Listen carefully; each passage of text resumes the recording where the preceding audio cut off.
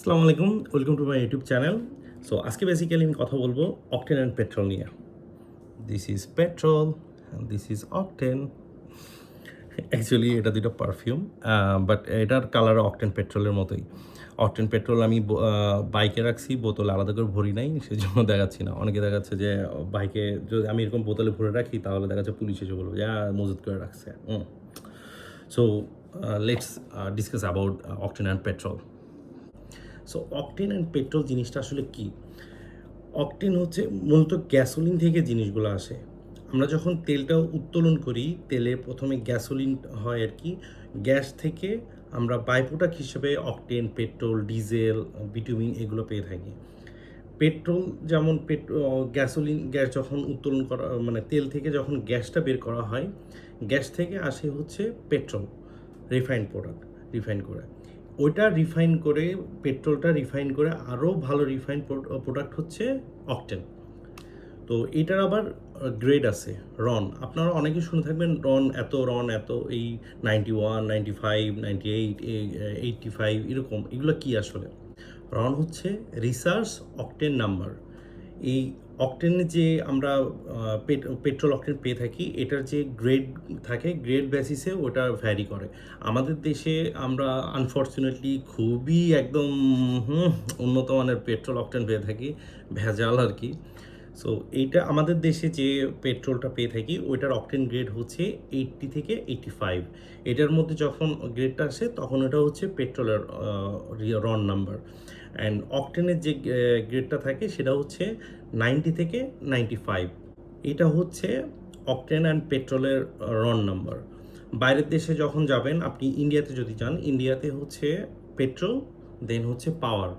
পাওয়ারটা বেসিক্যালি অকটেনই বলা হয়, কিন্তু ওরা ওইটাকে পাওয়ার বলে।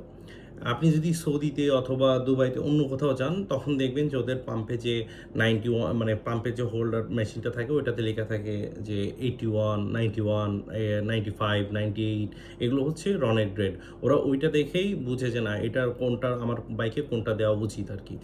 যত ভালো গ্রেড, যত বেশি গ্রেড তত ভালো রিফাইন আর কি করা হয়, তত ভালো পেট্রোলটা, অকটেনটা তত ভালো হয়।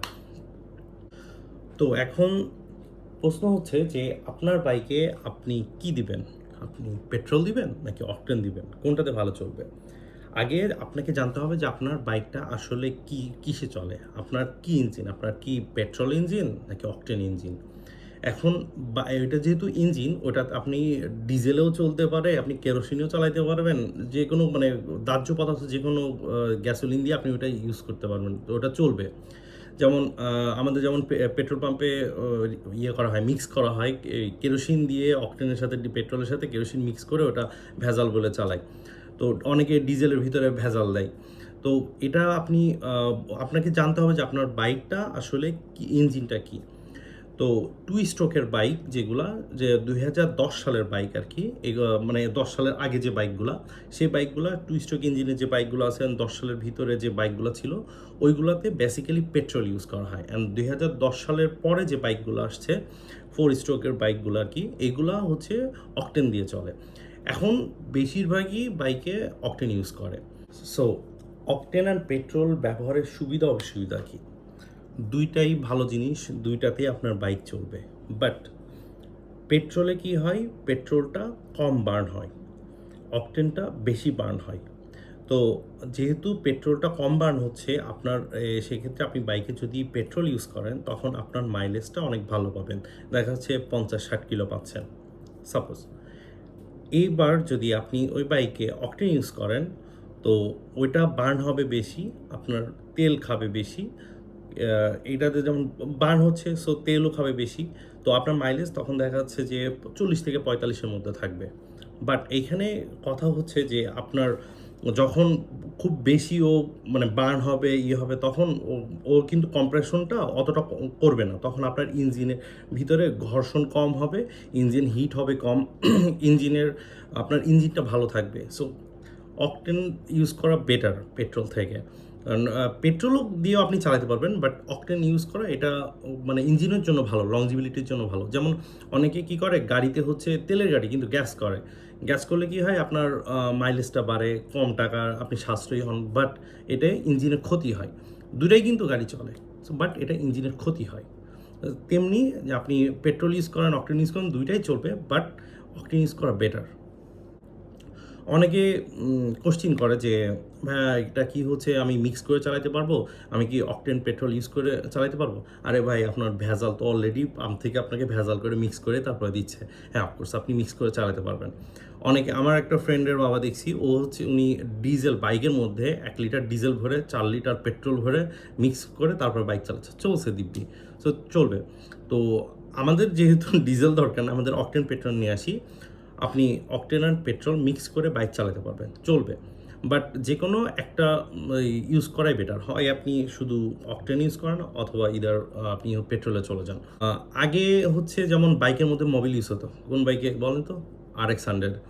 তো এরকম কিছু কিছু বাইক ছিল যেগুলোতে আপনার ইসের সাথে, তেলের সাথে আপনার একটু মোবিল দেওয়া লাগতো। স্টিল নাও যারা RX চালায়, অন্য অন্য বাইক কিছু কিছু মানে স্পেসিফিক কিছু বাইক আছে যেগুলোতে হচ্ছে মোবিল, ওটার মধ্যে একটু হালকা মোবিল দেওয়া লাগে ফুয়েলের সাথে।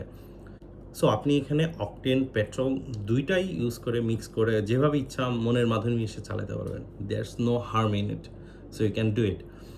তারপরে সবার যে এখন কোশ্চিন হচ্ছে যে ভাই অরিজিনাল চিনব কীভাবে? এখন যেভাবে ভেজাল হচ্ছে এর ভিতর আমি অরিজিনাল চিনব কীভাবে? অরিজিনাল চেনার জন্য কিচ্ছু করার নাই। আমাদের যেমন আগে কেরোসিন ছিল সাদা, সেটা পানি মিশিয়ে এটা ডুপ্লিকেট করতো।